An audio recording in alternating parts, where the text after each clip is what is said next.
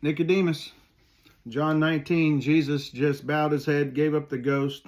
He cried out, "It is finished," bowed his head, gave up the ghost, and the soldiers came and were going to break his legs, but he was already dead. They pierced his side. And verse 38, and after this, Joseph of Arimathea, being a disciple of Jesus, but secretly for fear of the Jews, besought Pilate that he might take away the body of Jesus. And Pilate gave him leave. He came therefore and took the body of Jesus. Now look at this.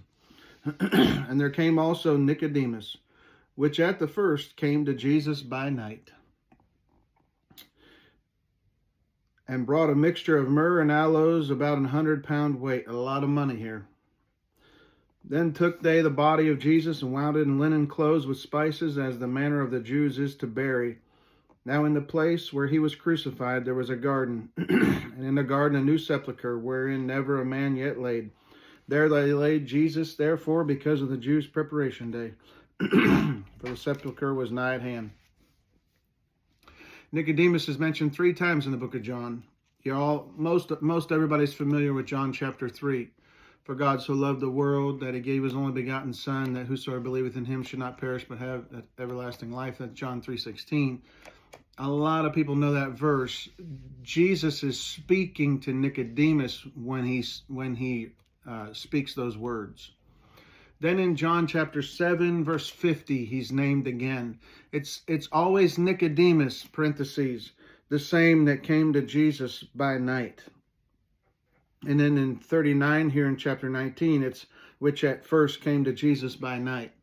In John 7, Nicodemus is speaking up against the Pharisees trying to go against Jesus and trying to trick him up and trying to persecute him and prosecute him and actually kill him. And he speaks up, and boy, they had a problem with that. They said, well, they gave him a hard time anyway.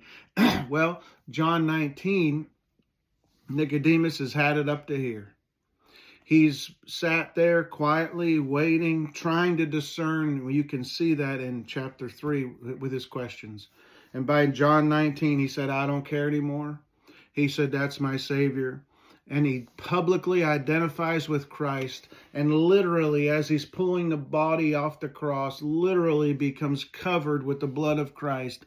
Nicodemus, the same that came to Jesus by night. God's patience with Nicodemus to see him through to the time he would trust Christ. Wow. And this has been your morning sip. Oh, taste and see that the Lord is good.